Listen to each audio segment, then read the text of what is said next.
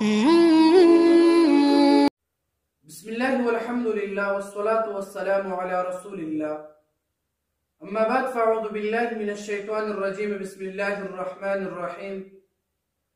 إن الدين عند الله الإسلام. صدق الله العظيم. انتہائی واجب الاحترام حضرات مسلمانان و دوستانو، سو اہم او ضروری خبری در سره شیر کوم. محترم و یاد ولرئ چې د الله تعالی په نسبت باندې بهترین دین هغه دین اسلام دی. څنګه چې زمونږ دین اسلام دا به تر قیامت پورې وي، دغه شان زمونږ او ستاسو پیغمبر محمد مصطفی صلی الله علیه وسلم تر قیامت پورې به آخري پیغمبر وي. که مونږ لږ سوچ او غور وکړو، فکر وکړو، نو مخکې زمانه کې چې یو پیغمبر راتلو نو هغه به محدود د یو زمانې دپاره به راتلو، یا به یو ښار دپاره راتلو او یا یو خاص قوم دپاره به هغې تشریف راوړو. خو کله چې مونږ وکتل د محبوب پیغمبر صلی الله علیه وسلم په باره کې، نو پیغمبر علیه السلام داسې پیغمبر دی چې هغه افاقي پیغمبر دی. د ټول دنیا د ټول انسانانو جناتو دپاره تر قیامت سبا پورې به هغه پیغمبر وي. هغه پیغمبر یو محدود وطن دپاره نه دی راغلی، یو علاقې دپاره نه دی راغلی، یو قوم دپاره نه دی راغلی، بلکې عالمي دنیا دپاره نبی علیه السلام راغلی و. او بیا زمونږ دین اسلام د ټول دینونو نه اعلی دین دی. او بیا زمونږ کتاب کلام پاک قرآن مجید هغه هم تر قیامته پورې آخري کتاب به وي. کله چې مونږ وکتل چې مخکینی دین هغه به تر زمانې پورې محدود و، تر یو ښاره پورې محدود و، تر یو وخت پورې محدود و، خو دین اسلام او زمونږ پیغمبر د افاقي پیغمبر دی تر قیامته، او د ټول دنیا د ټول عالم دپاره پیغمبر دی. څنګه چې زمونږ دین اسلام اعلی دی، داسې زمونږ پیغمبر علیه السلام هم اعلی دی. بیا زمونږ پیغمبر علیه السلام یو زمانه پورې محدود نه و. دغه شان دی زمونږ دین اسلام دا صرف په یو ډانچه په یو شکل کې محدود نه دی چې دا به دې علاقه کې به وي، دې علاقه کې به نه وي. دغه انسانان په دین اسلام باندې عمل کوي او دا به نه کوي. نو محترمو یاد ولرئ چې نن سبا هغه پیغمبر او هغه دین چې هغه افاقي و، هغې نه څوک ناخبر دی، هم دغه مسلمانان ناخبر دي. نن زمونږ دین اسلام هغې نه یو کھلونه جوړه شوې ده. نن زمونږ دین اسلام ډېر زیات کمزور شوی دی. هر یو انسان د دین اسلام نه لرې تښتي. هر چا دا ګمان دی چې دین اسلام د دهشتګردي نوم ده. هر انسان چې هغه غیر مسلم وي یا دغه شان د سیکولر مسلمانان وي، هغوی د دین اسلام نه لرې لرې تښتي. هغې بنیادي وجه څه ده چې زمونږ کوم خلک چې دی، زمونږ بعض علما کرام، زمونږ بعض کم مذهبي سکالر چې دی، هغوی دغه دین اسلام غلط شو کوي خلکو ته. دین اسلام بیکګراوند هغه خلکو ته نه شو کوي چې د دین اسلام پس منظر څنګه دی، بلکې یو خوفناک شکل دغه خلکو ته دین اسلام ورښکاره کړی دی. هر چا دا ګمان دی چې دین اسلام کې به قتل و قتال وي، هر چا دا ګمان دی چې دین اسلام کې به د انسانیت خیال نشي ساتلی، حالانکه دا بالکل غلط تاثرات او غلط شو شوی دی مسلمانانو او نورو خلکو ته. بلکې دین اسلام دومره بهترین دین دی چې ولقد کرمنا بني آدم وحملناهم في البر والبحر. دین اسلام یو بهترین دین دی چې موږ ته د انسانیت درس راکوي. دین اسلام بهترین دین دی چې موږ ته د اخلاقو درس راکوي. دین اسلام یو بهترین دین دی چې د بل مسلمان سره د همدردی هغه درس راکوي.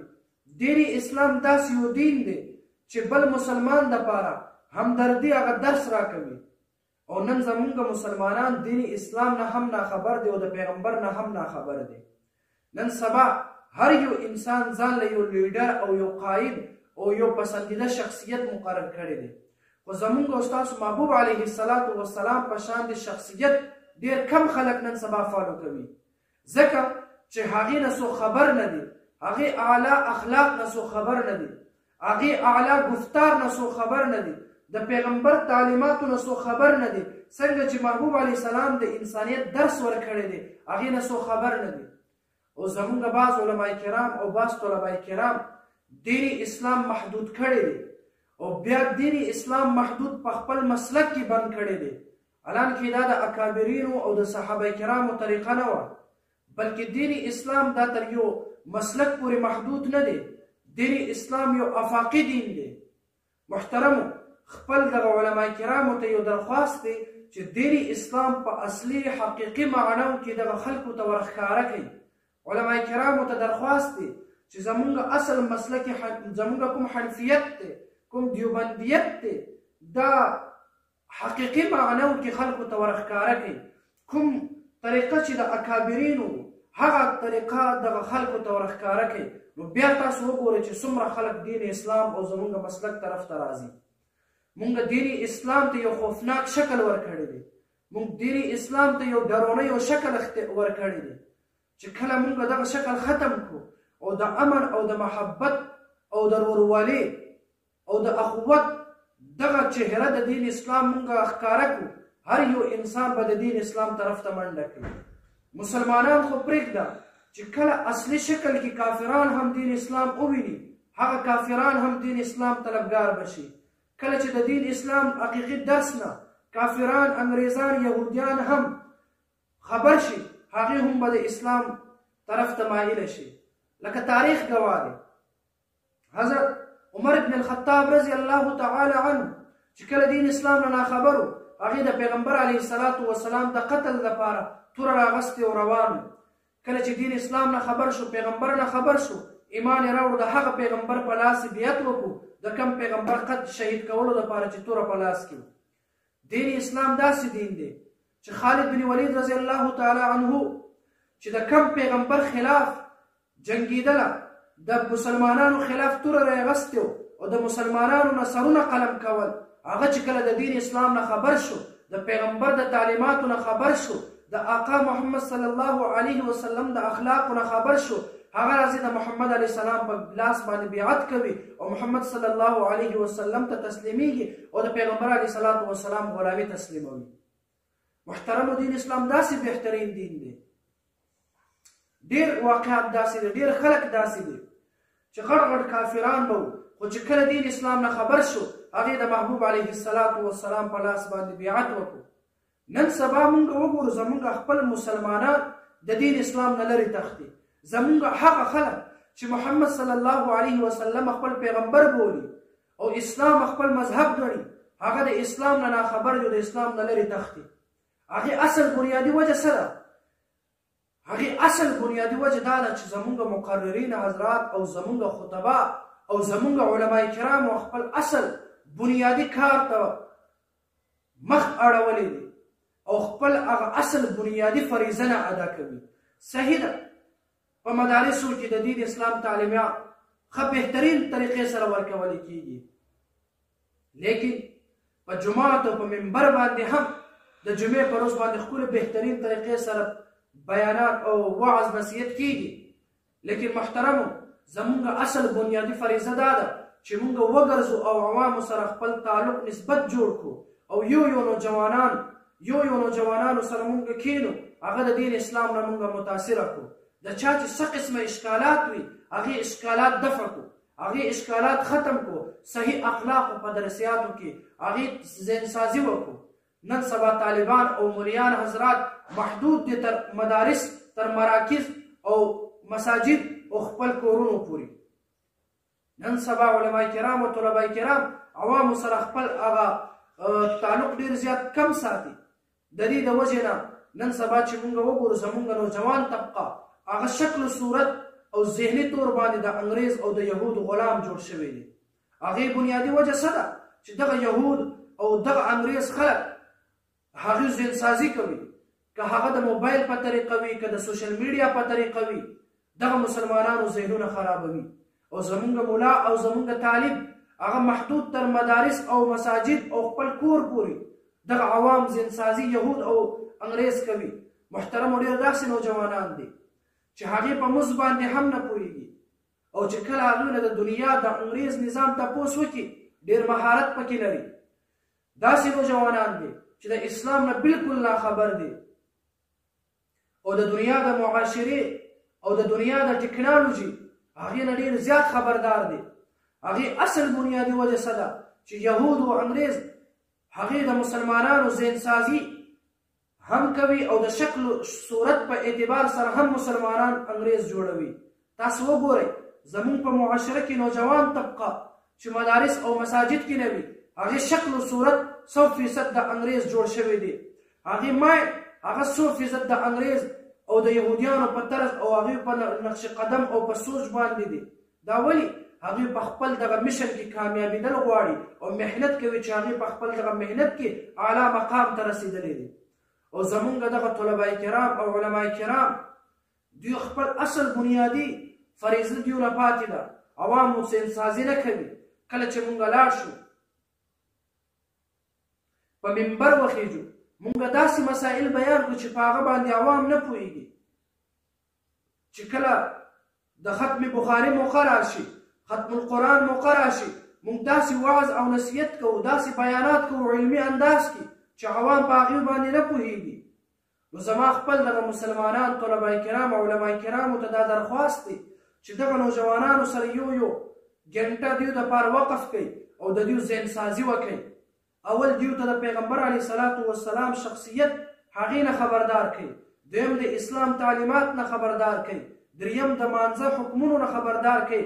زمونږ نوجوانان په مثبت طریقه هم نه پوهېږي. که مونږ په منبر باندې وخیجو او د صحابه کرامو ډېر زیات فضایل هم بیان کړو او مونږ د پیغمبر علیه الصلاة والسلام ډېر زیات فضایل هم بیان کړو دغه نوجوانانو ذهن ته هغه خبره تر هغې نه کوزېږي کله چې دوی صحابه ونه پېژني کله چې دوی محمد صلی الله علیه وسلم ونه پېژني او کله چې دوی صحابه او محمد صلی الله علیه وسلم وپېژني دغه نوجوانان بیا به د هغې تعلیمات پسې دوی به په خپله طلبګار کېږي چې هغه شخصیت چې مونږ پېژندلی دی هغه صحابه کرام چې مونږ هغوی نه خبردار یو دوی به په خپله د هغې تعلیماتو پسې به منډه وهي. زما علما کرام او طلبه کرام ورونو دغه عوام ذهنسازي وکړئ. نن سبا موږ په خپل مسلکي اختلافاتو کې نښتې یو. صحیح د محبوب علیه الصلاة والسلام فرمایلی دی اختلاف د علما دا رحمت دی لیکن هغه داسې هم نه ده چې دغه اختلاف مونږ ذاتیاتو پورې بوځو. هغه داسې هم نه ده چې دغه اختلاف په وجه باندې مونږ د بل مسلمان توهین وکړو. هغه داسې هم نه ده چې دغه اختلاف په وجه باندې د بل مسلمان مونږ سپکاوي او توهین وکړو. هغه اختلاف داسې هم نه ده چې هغې په وجه باندې مونږ بغض او حسد وکړو. هغه اختلاف داسې هم نه ده چې وړو اختلاف باندې مونږ په چا باندې د ګمراهي او د کفر ټاپې ولګو. نن سبا زمونږ په معاشره کې په علما کرامو او په طلبه کرامو کې دا بدترین کار دی چې زمونږ د مسلک یو انسان وي هغه غلطه خبره به هم وکړي مونږ هغې دفاع کوو او چې بل مسلک والا د قرآن آیت هم وایي مونږ ورته غلط وایو. دا تعصب او دا حسد او بغض زمونږ په زړونو کې راغلی دی محترمو. دا زمونږ د تباهي سبب ګرځي. نن سبا هر یو ملا او هر طالب مسلکي دغه جنګ کې نښتې دی. محترمو اختلاف لرل دا رحمت دی خو چې کله د اخلاق او د ادب او د احترام په دایره کې دننه وي چې کله دا اختلاف په وجه باندې مونږ خپل اهم فریضه پاتې کېږي بیا دغه اختلاف باندې لعنت وریږي چې هغې په وجه باندې مونږ اصل د دین اسلام خدمت پاتې کېږي. نن سبا مونږ په معاشره کې وګورو هر یو ملا او هر یو طالب هغه دا کوشش کوي چې زما فالورز زما فین دې ډېر زیات وي خو چېرته دا کوشش چا هم ونه کړه چې د نوجوانانو اصلاح وکړي د نوجوانان اصلي معنو کې د نوجوانانو تربیت وکړي. دا زموږ کې ډېر زیات کمی او کوتاهي راغلی دی محترمو. د نوجوانانو تربیت وکړي د نوجوانانو ته داسې درس ورکړي چې اسلام طرف ته راشي. کله کله نوجوان داسې شي چې زمونږ خبرې واوري الټه د اسلام او د دین نه لرې تښتي. هغې وجه څه ده د دوی نوجوانانو ذهن محدود وي. دوی اسلام هم نه پېژني دین هم نه پېژني او دوی اختلافات هم نه پېژني. خو کله چې دوی مونږ ته وګوري او صرف چې همیشه مونږ اختلافاتو کې نښتې یو بیا دغه عوام دغه سوچ لري چې دین اسلام خو د اختلافاتو نوم دی. دا مذهب د جګړې نوم دی. دا مذهب د نفرت نوم دی نو بیا دیو د دین اسلام نه لرې تښتي. خو کله چې دغه اختلاف مونږه ورورولي مینه محبت او یو ادب او احترام په ماحول کې حل کړو، مینه محبت په ماحول کې حل کړو، دغه نوجوانان به هم متاثر شي چې دین اسلام دومره بهترین دین دی چې هغې کې دومره اختلاف باوجود هم دغه علما کرام د یو بل قدر او احترام کوي، بیا به دوی د دین اسلام نه متاثره کیږي. دغه نوجوانانو تربیت وکړي او د مذهب په آړ کې راتلل او د مسلک په آړ کې راتلل او د بل مسلمان توهین او سپکاوي کول او هغې بېعزتي کول دا د دین اسلام بالکل طریقه نه ده، دا زموږ د مذهب بالکل طریقه نه ده. څوک خلک هم داسې کوي هغې د دین اسلام په نوم باندې خپل دکانداري کوي او د دین اسلام په نوم باندې خپل شهرت غواړي او د دین اسلام په نوم باندې خپل شخصیت ظاهرول غواړي او دین اسلام بدنامول غواړي. لیکن دغه شان د خلکو دپاره شرمندګي په دنیا او په آخرت کې به وي. انشاءالله زمونږ چې کوم ټیم دی په سوشل میډیا باندې هغې کوشش او محنت په عملي میدان او د سوشل میډیا په میدان کې به هم دا وي که چې اول خو د اختلافاتو نه نن سبا پرهیز کول او اتفاقي طرف ته خپل درسیات ورکول او که چا سره بالفرض اختلاف هم راشي د اخلاق د ادب او د احترام په دایره کې به دننه وي. نن سبا چې موږ وګورو ټول کفري نړۍ هغه یو شوی دی، ټول انګریز یهود د مسلمانانو په خلاف یو قوت یو اواز او یو طاقت جوړ شوی دی او زمونږ مسلمانان په خپل مابین کې جګړه باندې نښتي دي، خپل مابین کې د نفرت او خپل مابین کې د انتشار او د نفرت او د فساد شکار ګرځېدلی دي. محترمو موږ ته پکار دی، زمونږ علما کرامو طلبه کرامو ته پکار دی چې په دغه معاشره کې دغه نوجوانان یو اواز او یو قوت او یو طاقت جوړ کړي د انګریز مقابله کې، نه کې د نوجوانانو په خپل مابین کې نفرت پیدا وکړي. انشاءالله موږ به د نوجوانانو داسې تربیت کوو چې کم تربیت د پیغمبر علیه السلام طریقه وي او د صحابه کرامو ته چې کم درس پیغمبر ورکړی هغه شان به موږ عمل کوو او خپل عوامو ته به هغه درس ورکوو کم چې پیغمبر صحابه کرامو ته ورکړی کم چې صحابه کرامو تابعینو ته ورکړی کم چې تابعینو تبع تابعینو ته ورکړی او کم چې تبع تابعینو بیا کابرینو ته ورکړی. انشاءالله هغه درس او هغه شان دی طریقې سره به موږ دین اسلام خپل دغه نوجوانانو ته ښایو، بیا به انشاءالله زموږ په دغه معاشره کې نوجوانان په خپله د دین اسلام نه متاثر کیږي او د دین اسلام طرف ته به راځي. هر یو نوجوان هر یو طالب او عالم د دا فکر وکړي چې موږ د خپل دغه نوجوان طبقه د دې ذهنسازي وکړو اسلامي طریقې سره، هغه نوجوان چې هغه شکل او صورت په لحاظ سره او ذهني اعتبار سره د انګریز او د یهود غلامان جوړ شوي دي، هغه موږ بهترین طریقې سره د امن او د احترام طریقې سره د ادب او د قدر طریقې سره موږ دین اسلام طرف ته واپس راوړو. الله تعالی دې موږ ته توفیق راکړي چې موږ په صحیح معنی کې دا دین اسلام او دغه خپل مسلک د صحیح معنو کې خلکو ته موږ پیش کړو. الله تعالی دې موږ ته د عمل کولو توفیق